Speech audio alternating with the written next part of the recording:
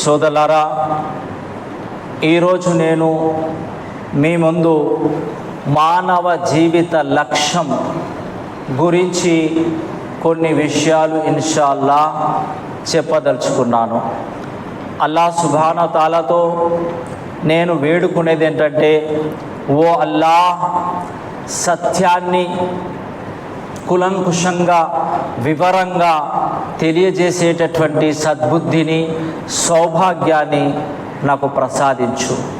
మరియు నా యొక్క ఈ మాటలు ఎంత దూరం వరకు వెళ్తున్నాయో వినేటటువంటి అందరికీ అర్థం చేసుకునేటటువంటి మరియు దానిపై ఆచరించేటటువంటి సద్బుద్ధిని, సౌభాగ్యాన్ని ప్రసాదించు. ఈ సృష్టిలో ఏ వస్తువైనా సరే లక్ష్యరహితంగా, అనవసరంగా సృష్టించబడలేదు. ప్రతి దానికి ఒక లక్ష్యం అంటూ, ఒక కారణం అంటూ తప్పకుండా ఉంటుంది. అటు సృష్టికర్త అయినటువంటి దైవం అల్లాహ్ సృష్టించిన వస్తువులైనా సరే, ఇటు మనిషి సృష్టించినటువంటి వస్తువులైనా సరే, ఏ వస్తువు కూడా, ఏది కూడా లక్ష్యరహితంగా సృష్టించబడలేదు. ప్రతి దానికి ఒక లక్ష్యం అంటూ, కారణం అంటూ తప్పకుండా ఉంటుంది.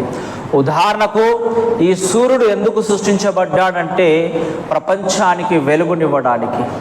తేనెటీగ ఎందుకు సృష్టించబడిందంటే తేనెను తయారు చేయడానికి. సూది ఎందుకు తయారు చేయబడిందంటే కుట్టడానికి.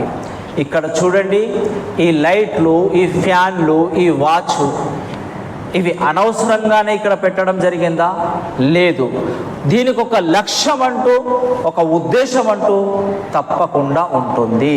ఒక కారణం అంటూ తప్పకుండా ఉంది.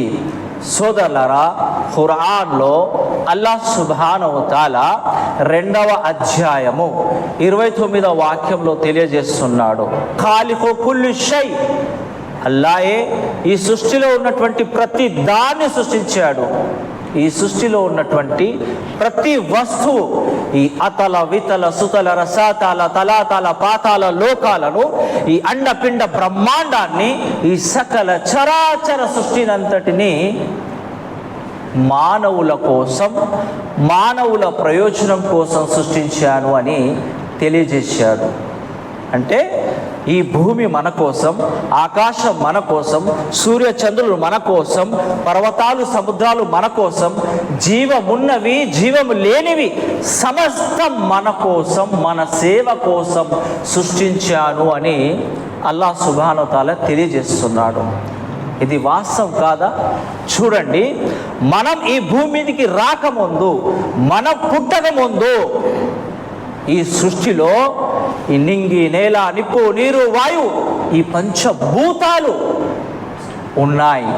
మరి మనం ఈ లోకాన్ని విడిచిపెట్టి వెళ్ళిపోయిన తర్వాత, మనం చనిపోయిన తర్వాత కూడా అవి అలాగే ఉంటాయి.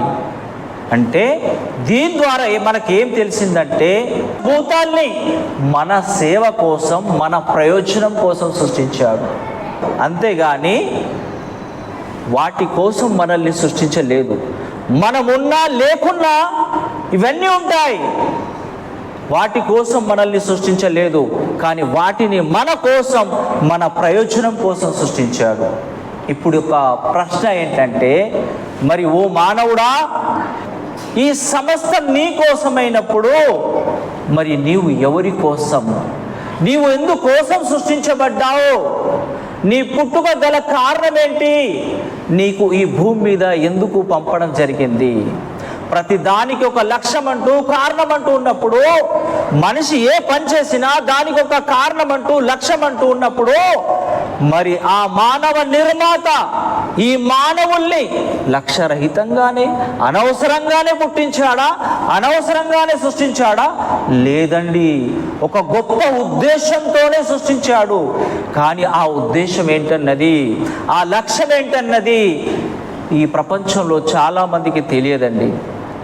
ఆ మానవ జీవిత లక్ష్యం ఏంటన్నది అల్లాహ్ సుబ్హానహు వ తఆలా ఖురాన్లో సూరే జారియాత్లో తెలియజేస్తున్నాడు. వమా ఖలక్తుల్ జిన్న వల్ ఇన్స ఇల్లా లియఅబుదూన్. నేను ఈ మానవుల్ని, జిన్నాతుల్ని కేవలం నన్ను ఆరాధించడం కోసం సృష్టించాను అంటున్నాడు.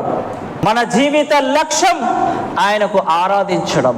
ఈ సృష్టిలో ఉన్నటువంటి ప్రతిదీ, ఓ మానవుడా, నీ కోసం, నీ ప్రయోజనం కోసం, నిన్ను నా కోసం, నన్ను ఆరాధించడం కోసం సృష్టించాను అంటున్నాడు.